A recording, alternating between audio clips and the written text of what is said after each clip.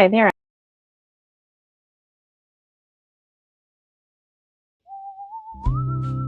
Hey, Dragon Dreamers, GinaVirginiaCasella here. Welcome to Story Species, Story Medicine.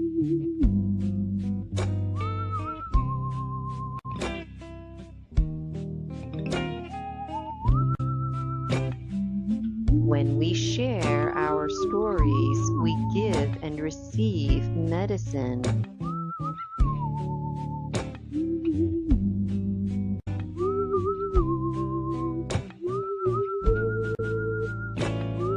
One of the best ways to heal is with the earth, and that's exactly what we do with each other right here on Story Species, Story Medicine.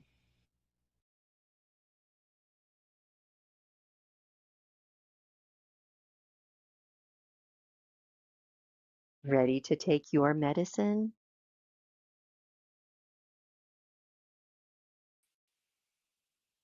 Hey, Dragon Dreamers. Gina-VirginiaCasella here. Hope you're having a wonderful day and welcome to Story Species, Story Medicine. So, are you ready to take your medicine? I've got Michael Kopt with me today, and the man's done it again. He's published a fourth book. So, if you have been following us, Michael, he reminds me of me. He's got so much to share that I said, you know what, I bet you're going to be publishing one after another. And that's exactly what's happening. So it's my pleasure to bring Michael to the stage. But before I do, I wanted to remind everyone who he is. I had the pleasure of meeting Michael at the Full Disclosure Now conference in Florida. And we got to chatting. And Michael's like me, he's into hopes and dreams. And you know what? Things have a way of manifesting and coming together, just like our dream world. And this story species, story medicine. And so Michael and I, we chat a lot about the paranormal. And so that's what's interesting about Michael. He's a paranormal investigator. And so if you're like me, you know, when you were growing up, you were kind of the weirdo, if you will. And Michael's somebody that can totally relate to those kinds of things. He's openly spoken on Story Species, Story Medicine about bullying in the past. And he's openly shared that he wants, you know, he doesn't want children to grow up in those kind of atmospheres. Epigenetics is really important to Michael. And that's why being here on Story Species, Story Medicine is important. So he's a paranormal investigator. And so if you have somewhere interesting, let us know in the chat where you think Michael should investigate stories. He too has always had all kinds of interesting experiences, dreams. He can decipher more than I can things like different aspects of himself versus an alter or a different part of him entirely. Language like angel, ET. Michael enjoys that kind of stuff. And so I just thought today I would change up the introduction a little bit. You can always find the description in the comments.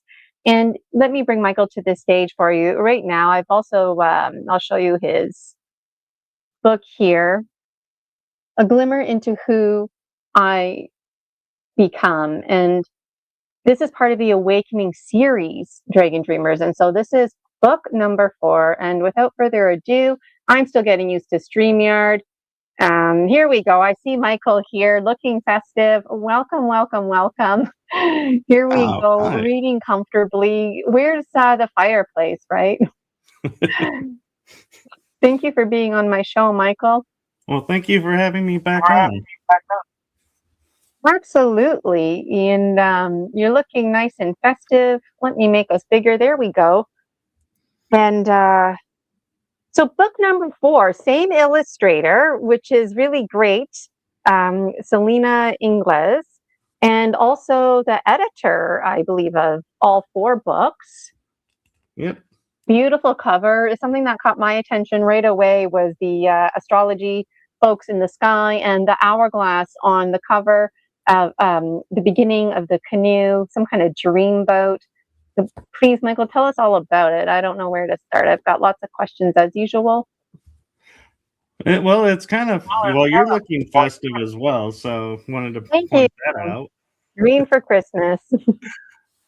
The cover, actually, Celine and I took and went back to our roots. And if you remember when we were talking about the first book, how there was hidden symbols and symbology in the cover. Well, we decided in book 4 to go back and to revisit that and to put some hidden symbols in it. And so it's interesting that you were picking up on a lot of them without realizing, though, what you're picking up on. And the hourglass, if you look at the hourglass, has DNA strands in it. And so that was my way of bringing awareness to the reader that we're going to be talking about ancestry and paying homage to those who came behind me, whose shoulders I stand on.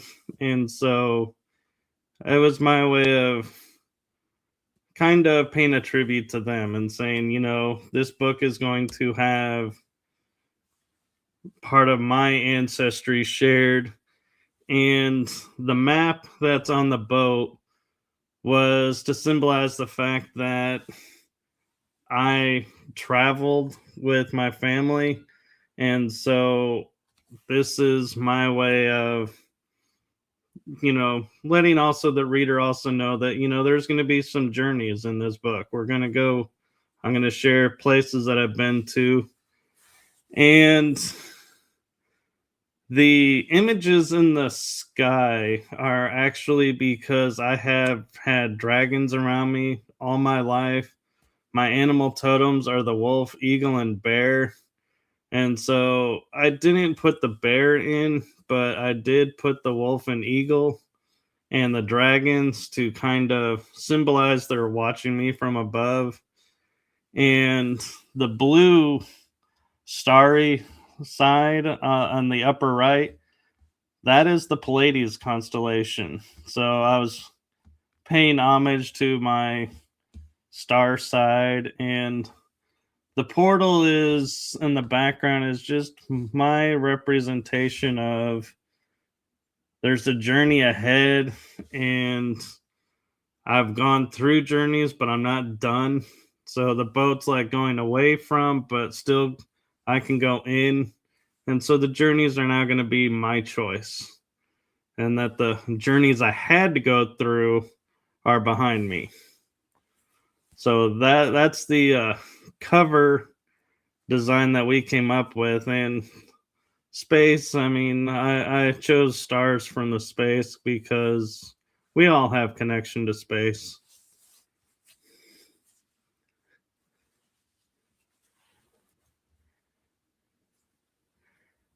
I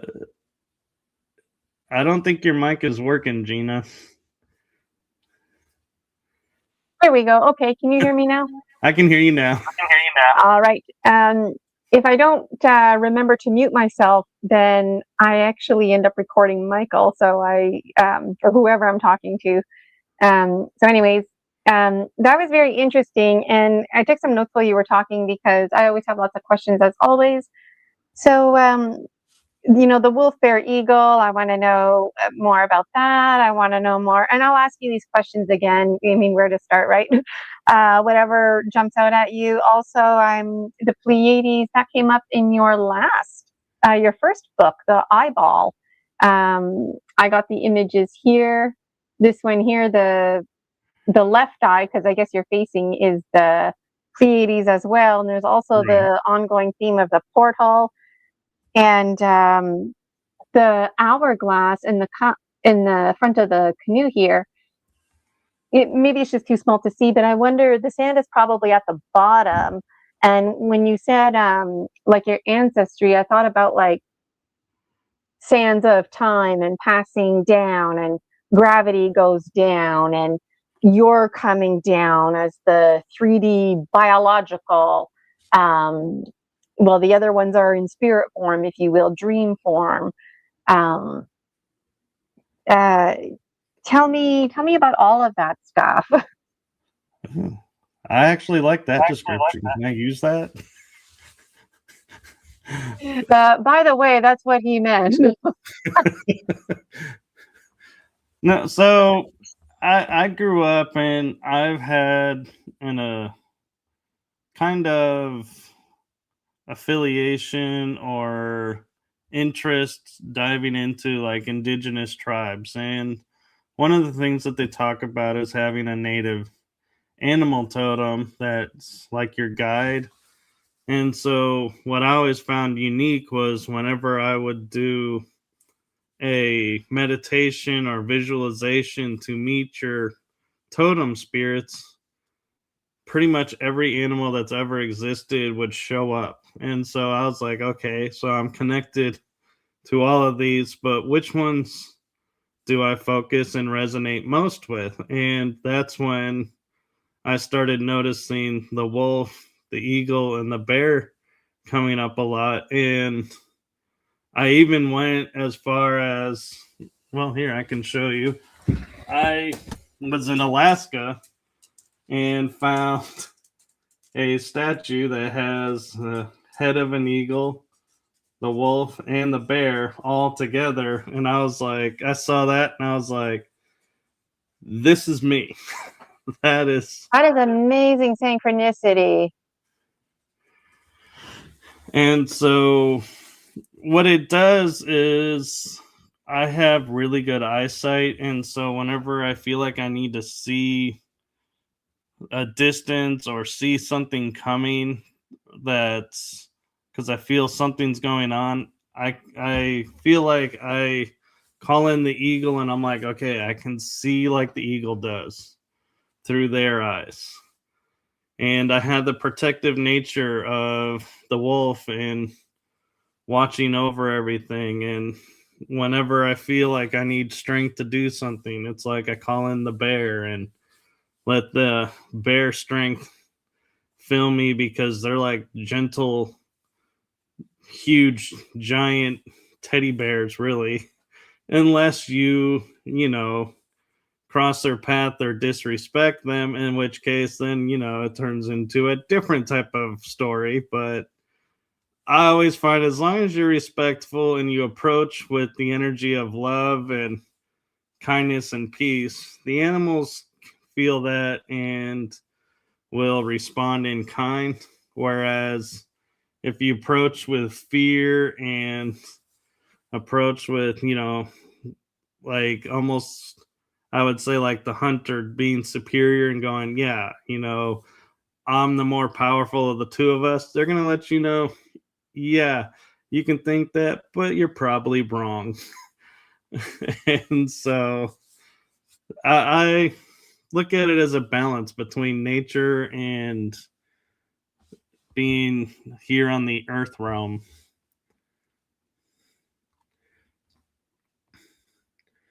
I'm not sure if I answered all of your question, though.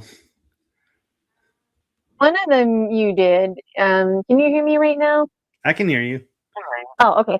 I actually have a button to mute on and off, apparently, so I'm gonna try and be cool and utilize that.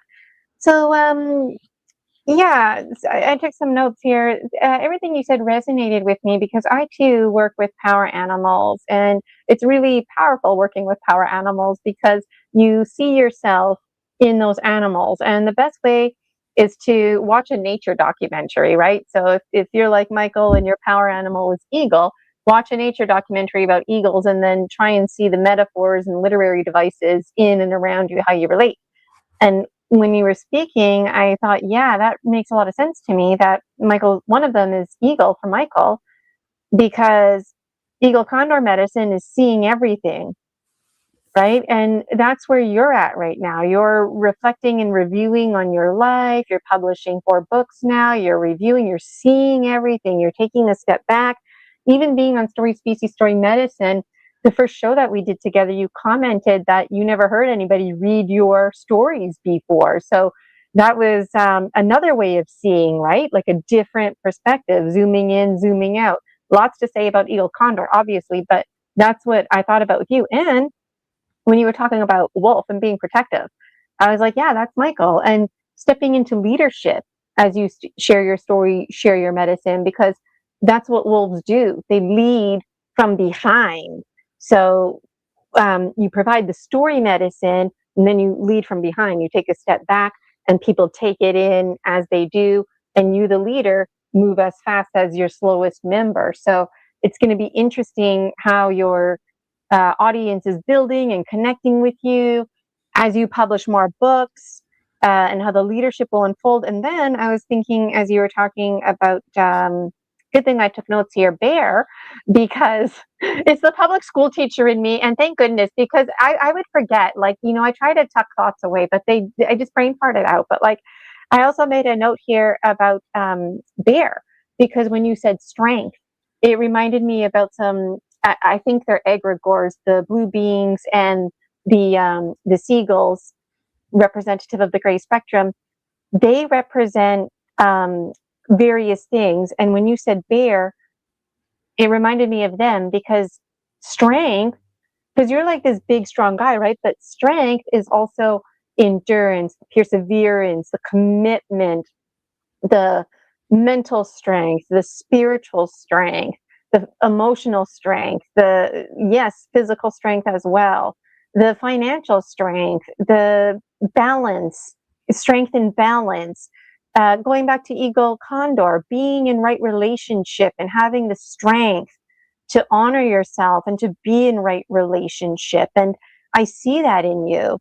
And so, wow. So when you say, like, did I answer any of your questions? Yeah, you did, because it made me think about all those things. And tell us more about the Pleiades, because they're in here now. Is it like the same porthole as in the first cover, or how are the Pleiades interconnected?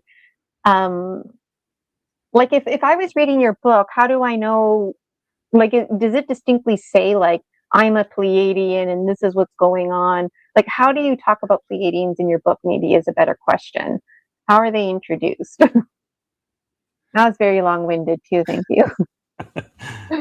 That's a good question, and I'm not sure if I do distinctly call them out or not. But for me personally, the first star constellation I knew of was Pleiades. And that was the first story I heard and knew. And once I heard it, it stuck with me. And it's the story of the seven sisters who ruled the heavens. And one fell in love with an indigenous boy, and they were like, well, you're in the heavens, you can't be with him. But she so wanted to be with him that there's a period where the seven sisters become six sisters, and one of the stars disappears from the Pleiades.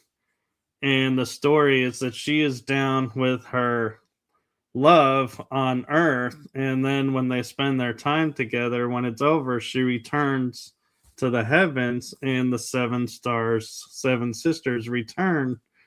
And that story, I heard it as a kid in elementary school, and it has stuck with me ever since. It's like it's the first constellation that I can be like, yeah, Pleiades.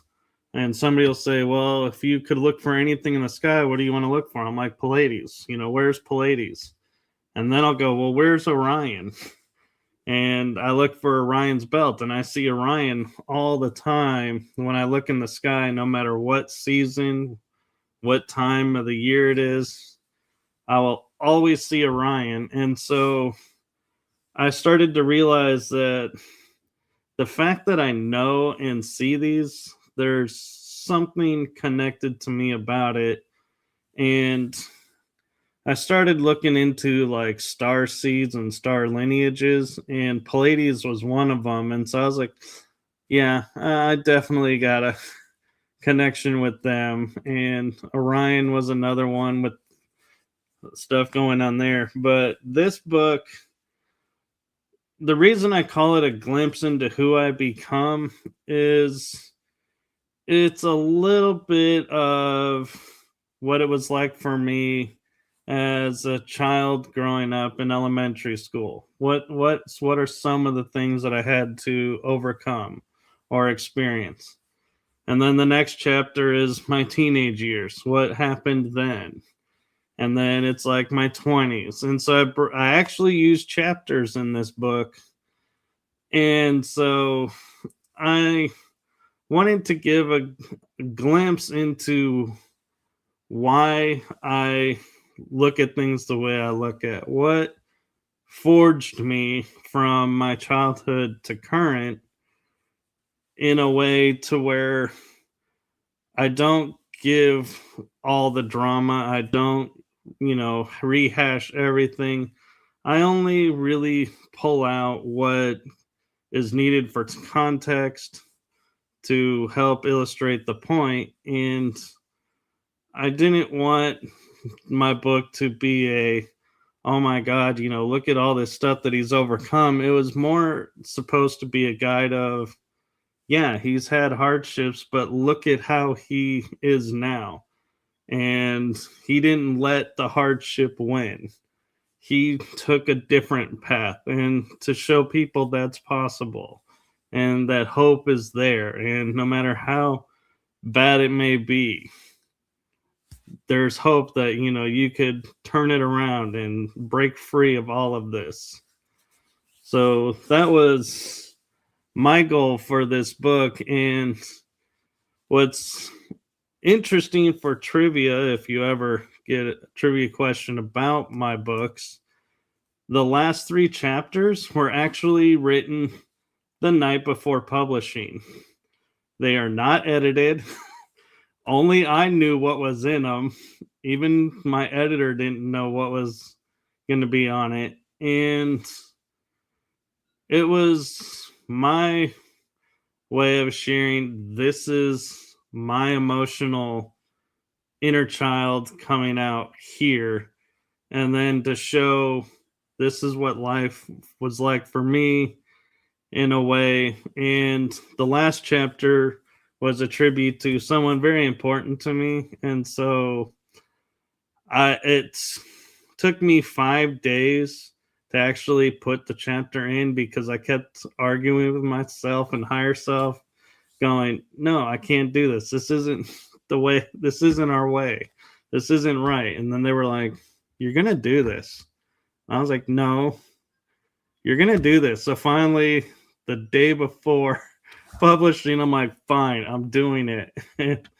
Ended up putting it in there, and it's turned out to be actually quite nice that, the people that see it can see me in a way that they've never seen before. And also a side of me of saying, yeah, look at, who is part of who I am, and what they went through without sharing their story. And so it's, really, I don't want to use the word cathartic, but it is. And it's really, I feel like I'm hopeful that it'll help people have more of an understanding of who I am and how I see the world differently, and that it's not metaphysical, it's not paranormal, it's just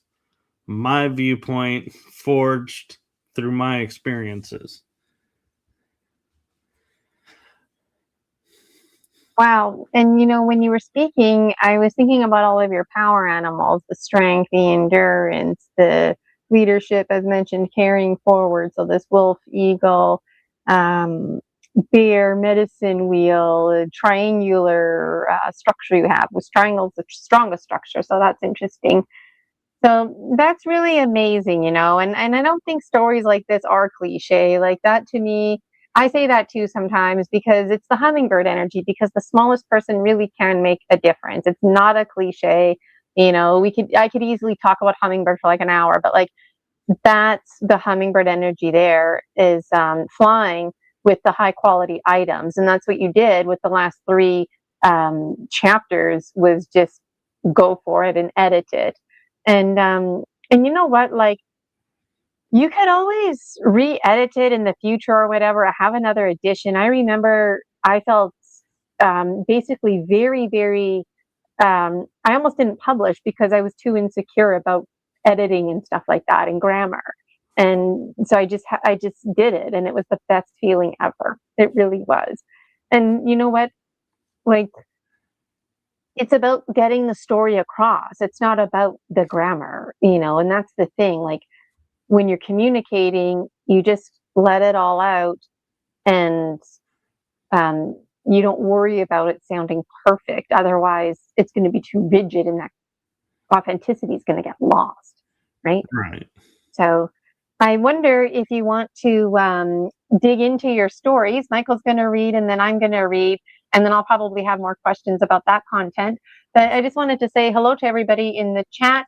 Shannon M5562 is tuning in. Good to see you again. And Missing Time 420, welcome to Story Species, Story Medicine. If anybody has any questions while Michael's reading or comments, just put them in the chat, and then we'll look at them.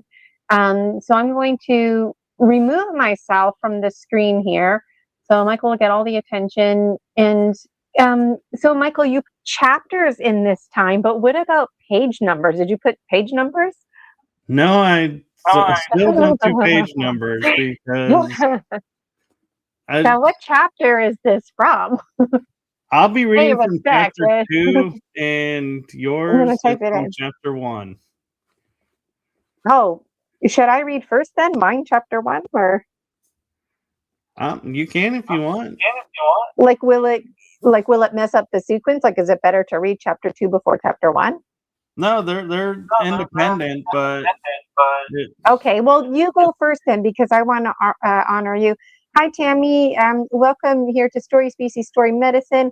I'm going to put Michael's reading chapter 2, and I'll type that in. I'm trying to remove myself. Okay, where am I? There I am. Okay, on that note, if anyone's looking to level up with StreamYard, it's pretty user-friendly. But if you're like me and you have too many images, then it might be a bit hard to find yourself. So here we go. Michael Kopt, chapter 2. So this is a short paragraph from chapter 2 that I just felt resonated with where I am today. And so here we go. It says, yes, as a teenager, I had studied and believed in experiences like near-death experiences, past lives, and more. I was feeling drawn to the metaphysical world. As a teenager, both of my sisters chose to no longer be a part of my life or my parents' life. This was quite a blow that led me to seek many answers from different stories. I went into hypnosis sessions, seeking the answers with no avail. I did, however, learn I had many past lives, which helped me understand why some things were happening with me. I also went and learned other healing modalities, thinking if something was wrong with me, I could find a way to fix it. I had to say it took me over 20 years to come to understand my sister's choices to leave the family were theirs and nothing to do with me. I felt such a weight lifted from me when I figured out I was not responsible or author of their choices. And so the reason I chose to read that today was because I know I'm not alone in having family drama and stuff. And so I felt like this was a way of maybe helping some of those going through this as well, that you're responsible for yourself, they're responsible for themselves, and there is a freedom when you realize you're not the one that's broken, they're not broken, it's just your past is separated, and so it is what it is. Yeah. Yes. Am I muted? Nope, you're. Oh, I'm not muted. That was really well read, Michael. And yes, very personal to share, especially this time of year. And your sister leaving, it's very personal to share that. And then going through the motions of, wondering if something is wrong with you.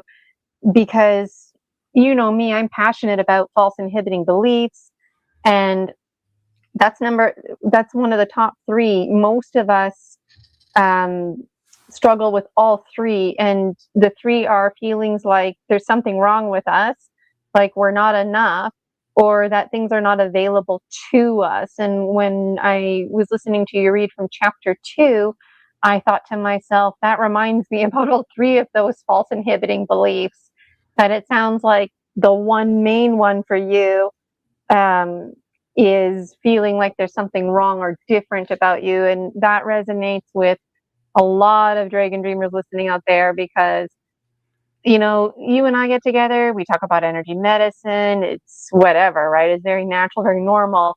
But then, like for other families out there, this kind of stuff just rips them apart. And even with my family, they just not really into that kind of stuff, and that's okay. And that was something else that I wrote the word indifferent, coming from a place of indifference. And so you can really appreciate the story medicine in just a small little paragraph that Michael read, right? And so imagine the bang for your buck if you purchase Michael's book or get in on the whole series, how much relating you can do to Michael directly, you know? And tell me a little bit about the dreams about healing modalities, because I know in this waking life, sometimes it gets confusing, but like in your waking life, you're actually a Reiki master, right? So is that linked to this story here? Sort Like of. you had dreams coming to you where you were learning healing modalities? So, in my teenage years, trying to figure out what's wrong with me, I went and I studied modalities like gypsy palm reading, tarot reading, Huna magic, and timeline therapy, radical forgiveness, and it kind of carried into my 20s as well. And so that's why I pointed out in that little chapter, you know, saying it took me 20 years to come to this awareness. So the reader, I didn't want them to think, oh, because, you know, I'm not getting it as fast as he is, I'm doing it wrong. And I was like, no, this was a long process for me. I'm not saying it's going to take them 20 years. It just took me 20 years.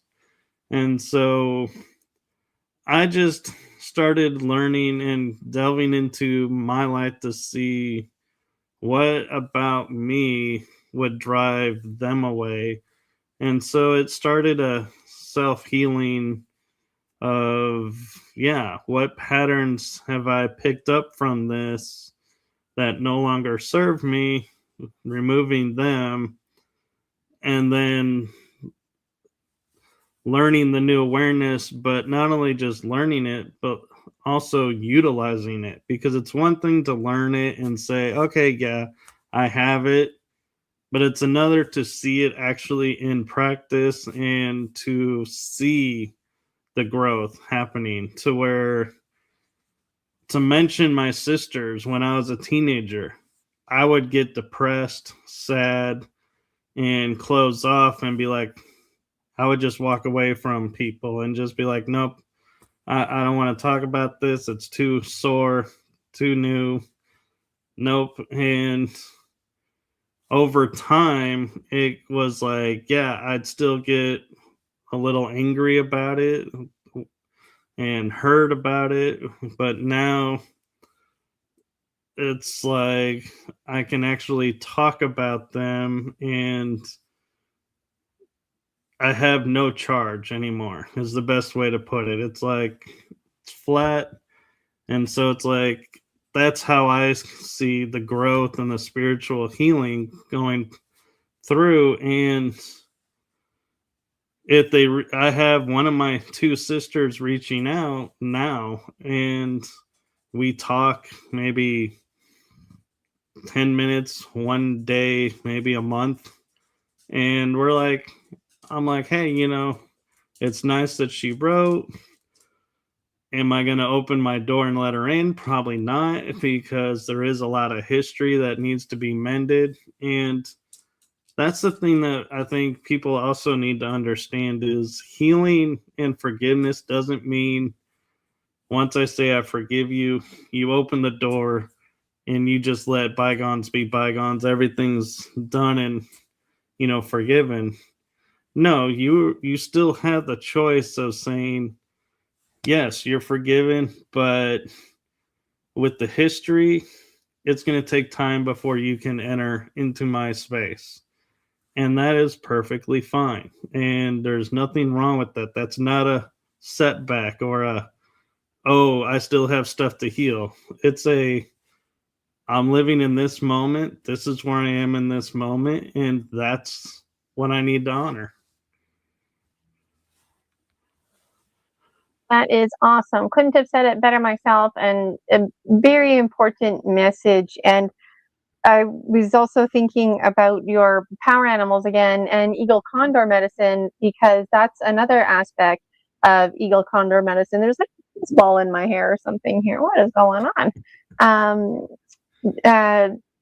The eagle condor medicine is all about not just having knowledge, but actually reflecting on the knowledge, right? So we talked about that earlier, and also having the willingness to shift perspective, right? So we kind of bounce back and forth from snake a little bit, letting go, but alchemizing, right? And passing the knowledge on. And that's what you're doing now with your story medicine, is you're saying, hey, look, everybody, I'm just like a regular guy, right? But I come from a generation where folks like me are considered a little odd, when really there's this big turnaround now that's happening in the world, this big shift that is happening. And so it's okay to be you. It's okay to be yourself, and these themes greatly resonate with me. And when you talked about your sister, like, yeah, you want to have boundaries. There you go. Tammy is talking about boundaries as well, healthy boundaries, right? And a lot of people run into that problem because you want to open the door, but you don't want to get bulldozed over again, right? And so sharing one story really opens the door to sharing more and more stories. So I thank you for that. I still have to read, which I'll do now. I planned in advance. I've got it on the teleprompter. Almost. Okay. And all right, there we go. So again, StreamYard, it's pretty user friendly. This is from Michael's book. This is from chapter 1, Christmas time. Oh, what just happened here? Oh, I don't know what happened. Let me restart it. Replay.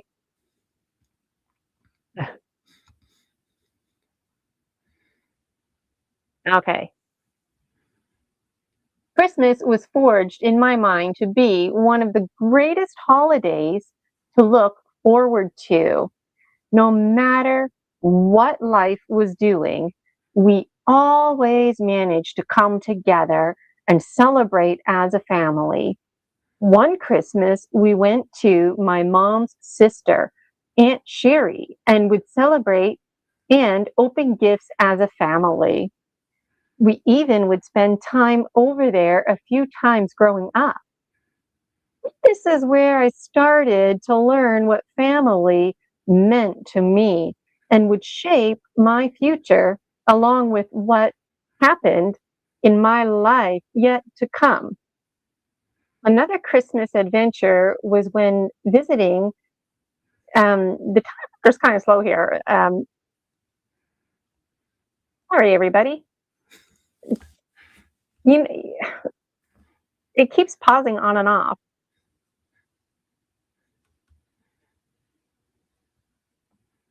Okay, my apologies. Okay, so just recapping, Michael going to Aunt Sherry's and celebrating Christmas there, learning what Christmas is all about. Let me reread some of it. I think this is where I started to learn what family meant to me and would shape my future along with what happened in my life yet to come. So another Christmas adventure was when I was visiting my mom's parents and being so excited, I accidentally told my Uncle Raj his gift. Boy, they never let me live that one down. We would laugh and have fun. That is what I grew up loving about family, the laughter, fun, and also the togetherness. One Christmas, when the family gathered in Texas, we celebrated with a round of the 12 days of Christmas, and we all had a blast singing in the round. This meant we each had a verse of the song to sing. We sure did know how to have fun and make the most out of the Christmas spirit. And perhaps that is the reason to this day it is my most favorite holiday. That was such a beautiful story, Michael. And I'm glad that my teleprompter was able to hold through there to hold it together. Um, that's hilarious, right? So many things about that, like telling your uncle the gift. What was the gift? What did you get him? I don't remember to this day, but everybody every year would say, "Don't tell Michael what you got somebody because he'll tell everybody." I was like, I did it one time, Yes. but I was always reminded, you know, you the gift was And then supposed to be a singing. secret, and you just blurted it out. I was like, I didn't know. And also singing the 12 days of Christmas, everybody having a verse. Like in on my mom's side, we grew up like playing guitars and singing. My mom's side is French Canadian. My dad's side's Italian. We didn't play the guitars. My cousins did, but it was the French Canadian side um, that had that kind of singing tradition going on. But so just to clarify, like, did each family member have like a two turtle doves, and then somebody else is like three? Yeah, each family member that was there, or like my aunt and uncle may have combined theirs to one verse, but it depended on. I can't remember if there was 12 of us there or if there was more, but everybody had a turn, and it was funny because it's like we had to remember what was the line, and it was like, oh, and you could feel the anticipation of going, hearing the countdown going, okay, my turn's coming, and then everybody looking at you, you're like, oh, it's my turn, and just getting into the rhythm. That's really, really special, because that's what it's all about, right? Like just the anticipation of like waiting your turn. Like you're like I could see you there, the studious child, like singing along, but also like keeping track of what you have to say and when it's your turn. And I think a lot of people are going to enjoy reading your content because it's going to remind them of those times as well. And I feel like too, just folks in our age group. I mean, people are experiencing things at all ages, but this age here, when people are in their 40s and 50s, apparently those are the golden years, and they have a lot of reflecting that goes on in them, right? So, again, more eagle condor medicine. So, And wow. it's great because it also allowed me to see what life could be like, what life was like. And so I could sit there and go, well, if this is what I wanted, this is what I got to do to get there, and start working that way. And then going, oh, well, this, fell apart. So maybe I don't want it to look exactly like this. So I was able to re envision my vision, and oh yeah, try saying that 5 times faster. But and the important thing too was it allowed me to learn that family is not blood. Family is the people that you choose to be around you and that support you and lift you up and are there when you're falling and let you fall, but they don't walk away. And so it allowed me the freedom to grow and realize everything was not as it seemed. And so I was able to be free to learn my own way. And so that was a gift as well that I hope comes through the book is as you're reading each chapter that the beauty of the entire Awakening series, I can't stress enough, is these are all my experiences, my memories, my story through my words. And it may seem like it may come from other places, but it doesn't. They're all from my perspective, my memories, my thoughts. And so that's where I think the true beauty of the book's journeys come through and how they culminated into this book, which originally was supposed to be the first book. And I was originally going to introduce myself and then do the other 3 books. And I'm glad I followed my guidance and introduced the other ways and ended this way because it's like, yeah, you've seen all these journeys, but now you just get to see the journey that led to those journeys at the end.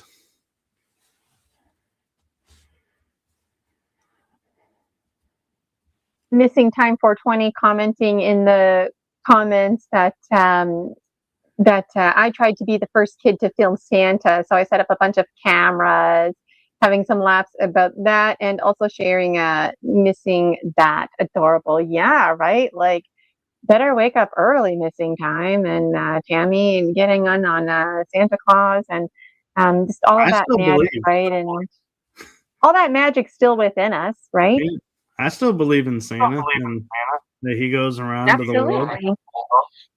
Absolutely. Um, I feel like there's so much in your book to cover. I wrote a note, but I can't read it. It's on the scribbly side here. Um, but I was going to ask a final question. Like, in your childhood, you see Orion a lot, and I wonder, like, seasonally throughout the year, Orion has different planets and the moon or like Venus like right above Orion, right? And I was wondering, like, do you monitor that kind of stuff in your dream life and or waking life? That's an interesting question. I'm not sure I've even really thought about what planets were around and what was going on, but I would just know that I know the stars move in the sky and that like Pleiades is sometimes under the horizon, so I won't see it at night.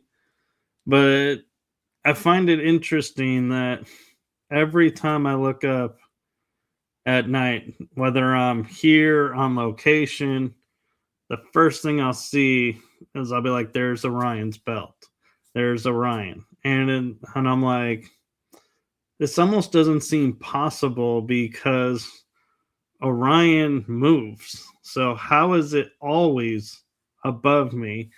And so I feel like sometimes the stars manipulate themselves to deliver a message to remind me of stuff. And so seeing Orion's belt is kind of like a memory of who I am and where I come from and everything. And I will say, too, talking about like Christmas, the thing that always let me know Christmas was coming originally as a kid was, like Peanuts, to Charlie Brown Christmas special.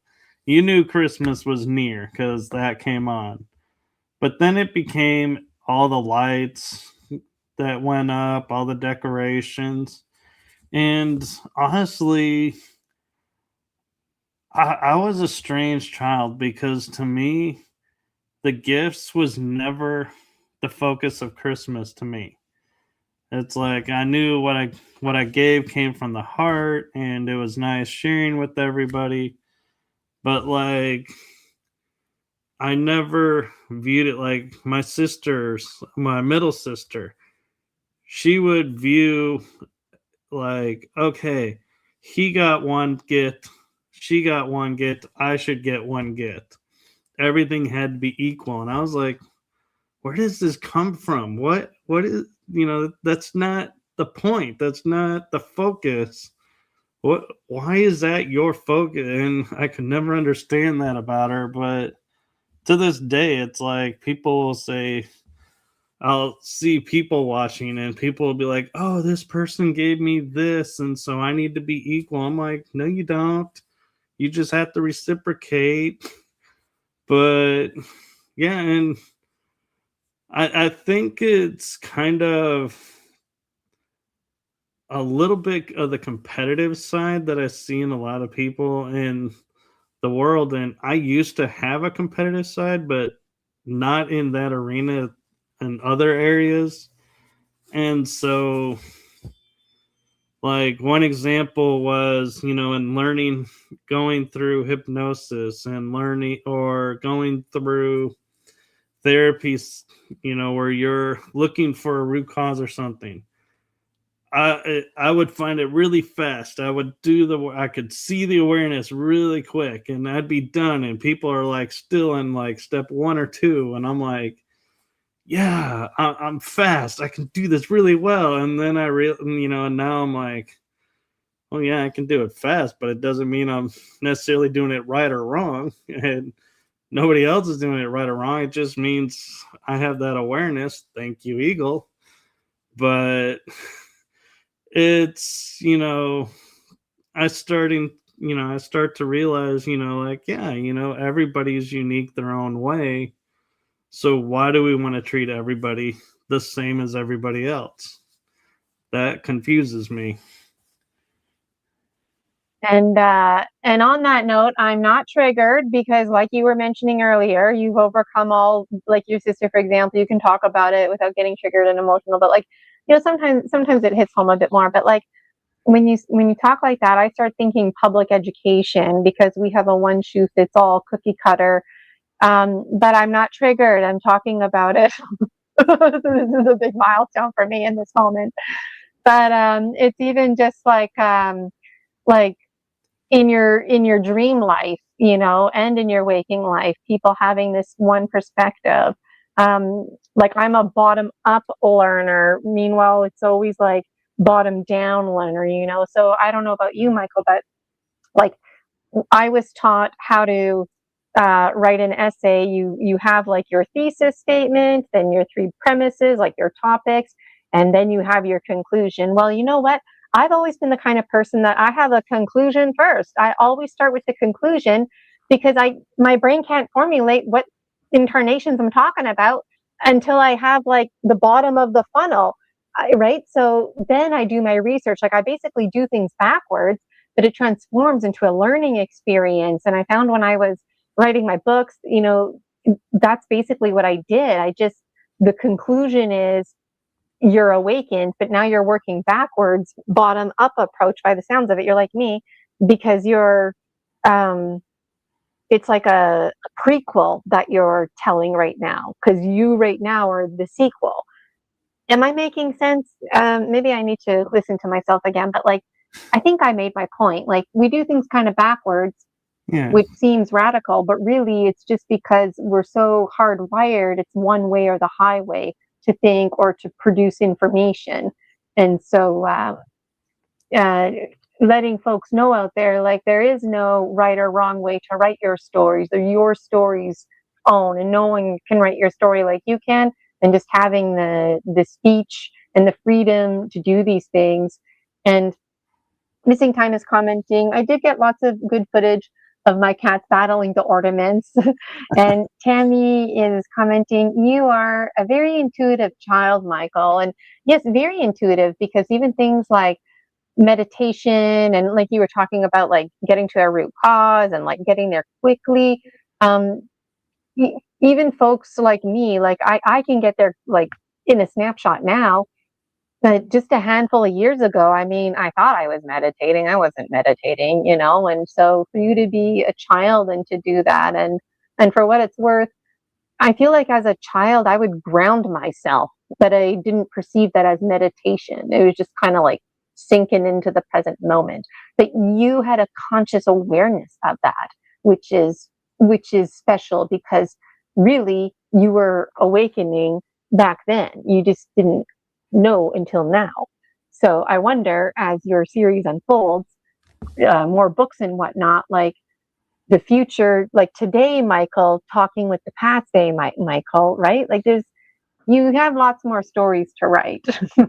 I do, and I'll be honest, I sound like I have it all together now, but growing up, I had my trials and tribulations, and communication wasn't always my strong suit. And some of it was because I didn't know how to communicate what I was going through and experiencing. And so it's a matter of, it's not anything against the people I was around, but it's like, if I can't understand and put into words what I'm experiencing, how can I expect somebody else to do it? And so, yeah, it was a roller coaster growing up, and there were frustrations because I would be like, I have this together, so I should be able to do this, this, and this. And when it wouldn't happen, it would drive me nuts, because I'd be like, well, I did the work, I did this, so why isn't it working? And I would always have people saying, you should do this, you should do that. And so I was like, okay. And if I couldn't do it, it would drive me nuts, because I would be so frustrated, because I'd be like, it's in my DNA, it's in my genetics. I should be able to do this. Why can't I do this? This is not fair. And then when I gave up trying, after several years of trying, it happened. And I'd be like, oh, thank you, universe. So you're telling me, it'll come in your time, not my time, and when I'm ready. So I get it. Thank you. And so now it's like I'm learning to weave what I know now, and looking back, it's like I can see all the stepping stones to where everything was building up to this moment, and everything was designed. And that's where I think it's important for people who sit there and say, yeah, I'd love to go in the past to write things that, I don't like and make life better. I don't believe you will, actually, in all honesty. I think you'll make it worse, because all those stepping stones you've learned from that made you who you are now, with the awareness you have now, would be wiped out.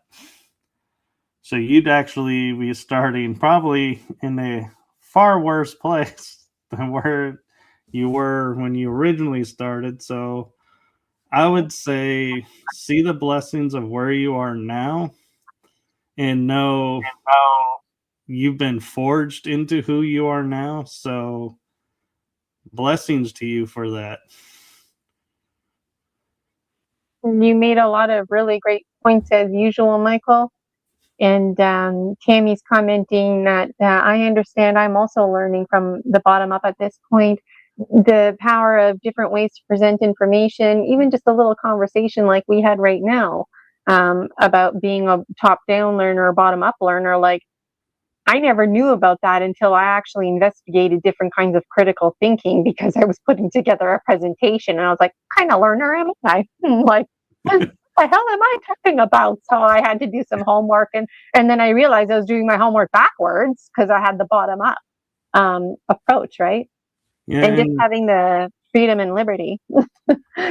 I don't think I fit either one of those actually, because when I write, and then I take what I've written, and then I'm like, okay, here's my thesis, here's my table of contents, here's everything. It's like, so I take the final product, and then I'm like, oh, that's where everything comes from.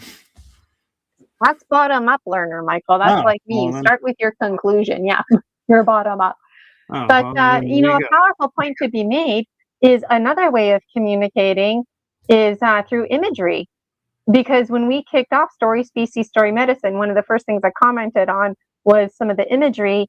And then you spoke to that just very fluidly, naturally, and it covered a lot of ground, good scope of what your book was about just on that one image, right? And so different strokes for different folks. I wonder what other information comes to viewers who look at that image and how they might, in a positive way, be triggered to their own remembering, or they might look at Selena Ingalls' work, the illustrator of Michael's books, and just resonate with her as an author.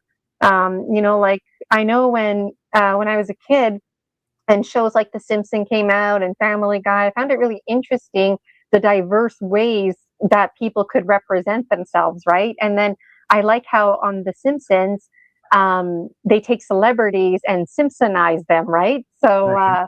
so somebody looks at somebody's artwork like Selena's and sees this whole ecosystem of the familiarity, and that resonates with people. The authenticity of it is really important. I mean, it's nice to have AI and to incorporate, but when that biological is mixed in there, and I know Selena spends a lot of time tinkering, and it's not something that she just throws together, and that's relevant, right? And so um, I'm just going on now because I always have lots of things to say, but those are the ideas that are going through my mind.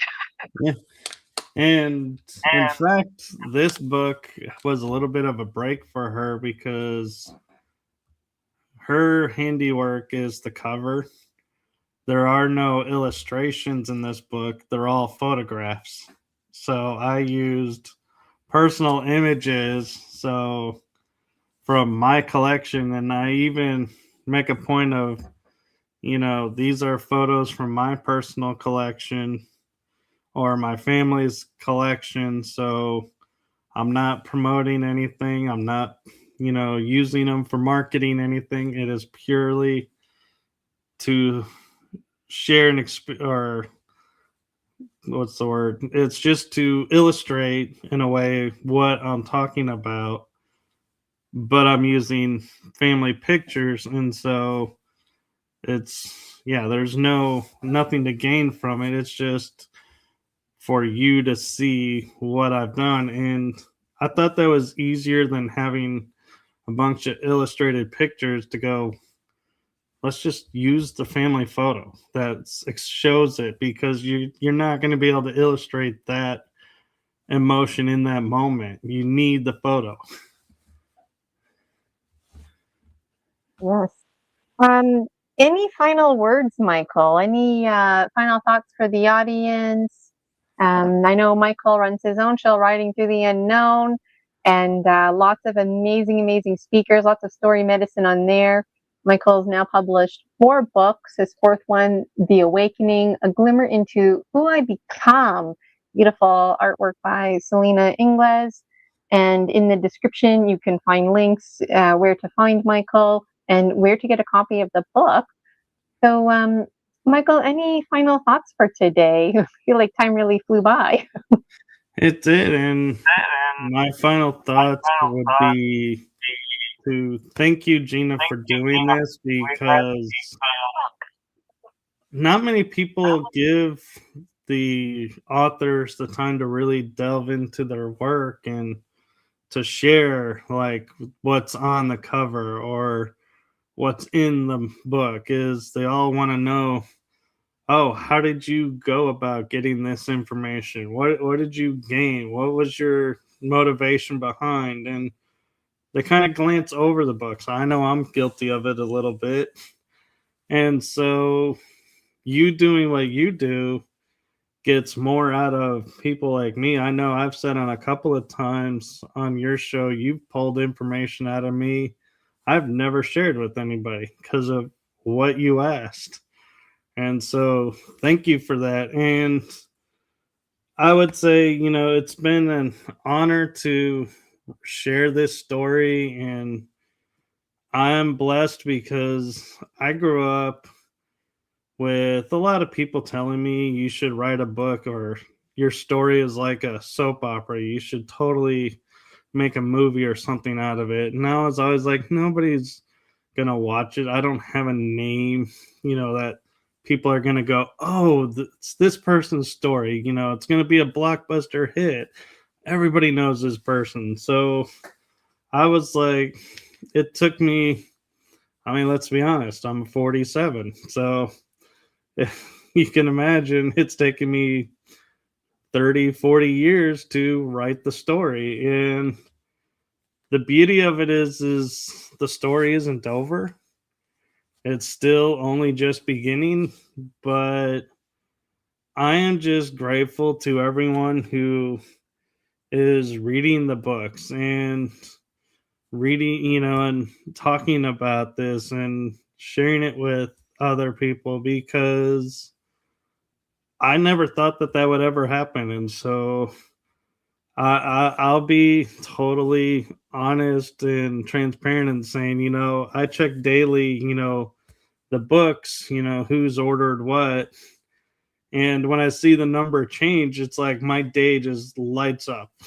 And I'm like, oh my gosh, somebody bought a book. And it doesn't matter which book.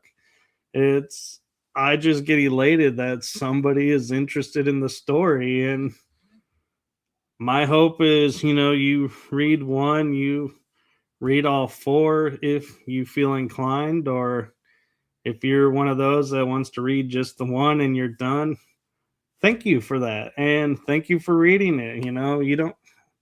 I don't expect everyone to buy every book. Not saying I wouldn't be grateful if you did, but Buy every book, right? You need every single book. it's a story. And so thank you for allowing me the space to write it and read it and share it. You are most welcome, and thank you for your kind words because I genuinely enjoy doing this, and you would be surprised the number of backlash.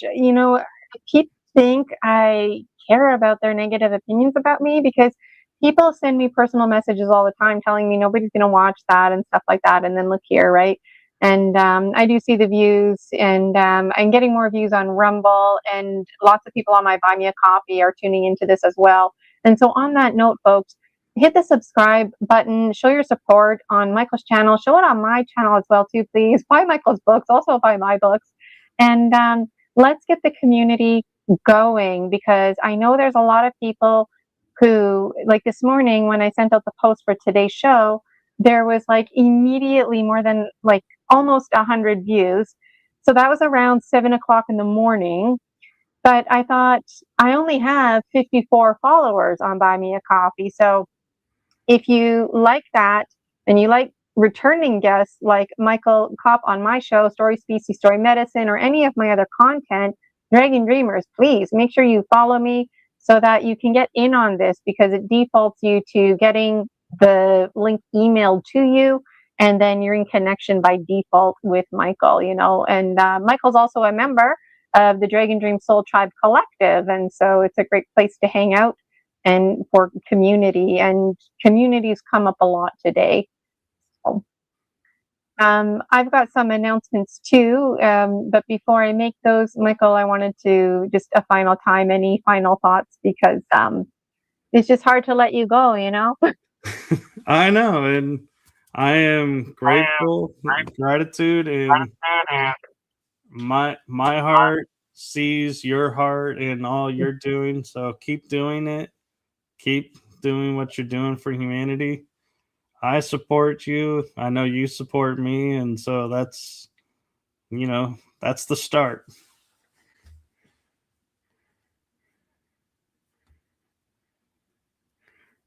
on mute. Thank you so much again, Michael, for your kind words. And Missing Time is saying, I really enjoy the story time series, and that makes my heart so happy, you know. And speaking of that note, I've got some announcements to make. If you have a few minutes, Michael, to hang out.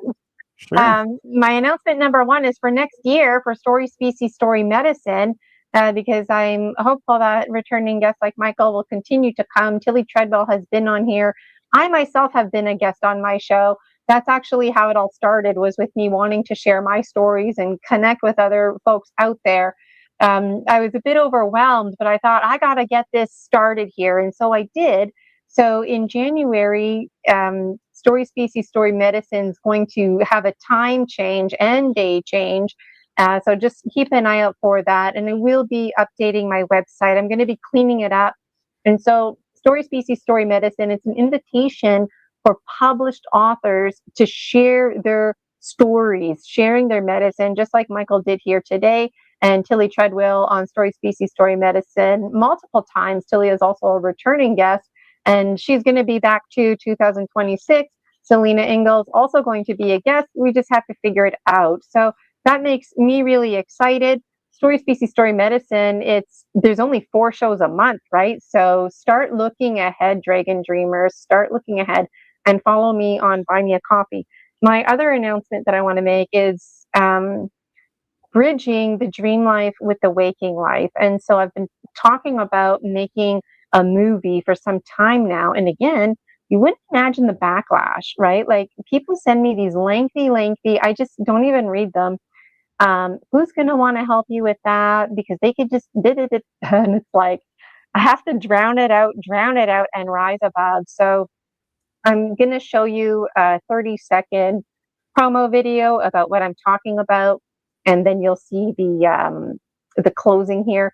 But for what it's worth, this December 26th, Boxing Day here in North America, as well as in the United Kingdom, I'm going to be hosting Dreaming with Gemstone Gina and fundraising money to support the movie making of the Dragon Dreams series. And it's also going to raise money for the Continuum of Conscious Evolution series, which ties all of this in together.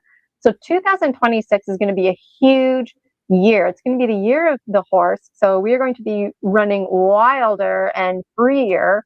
And folks like Michael are going to be getting in on this too, being a returning guest on Story Species, Story Medicine. And all of our worlds are going to start really blending together. And I'm really looking forward to that. And so on the final note, happy ho-ho to those of you who celebrate Christmas. And I hope you have a safe holiday and enjoy your time together. Tomorrow is never promised.